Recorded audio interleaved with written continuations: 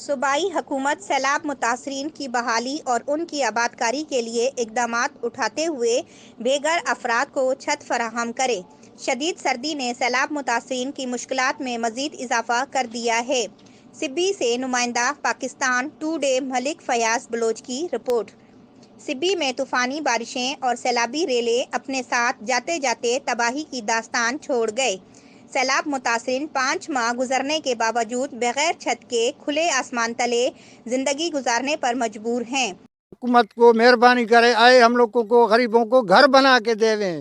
وزیر اعظم نے امداد کیا ہے، اچھا خاصا وعدہ بھی کیا ہے، میں ان لوگوں کو گھر بنا کے دوں گا، اپنے وعدے کو پورا کرے۔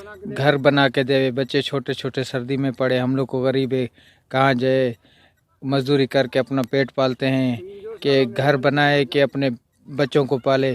شدید سردی نے کلی یاسر ماچھی کے سیلاب متاثرین کے مسائل میں مزید اضافہ کر دیا ہے۔ کلی یاسر ماچھی کے بے گھر افراد آج بھی حکومت کی جانب سے اعلان کردہ گھروں کی تعمیر اور فراہمی کے منتظر ہیں۔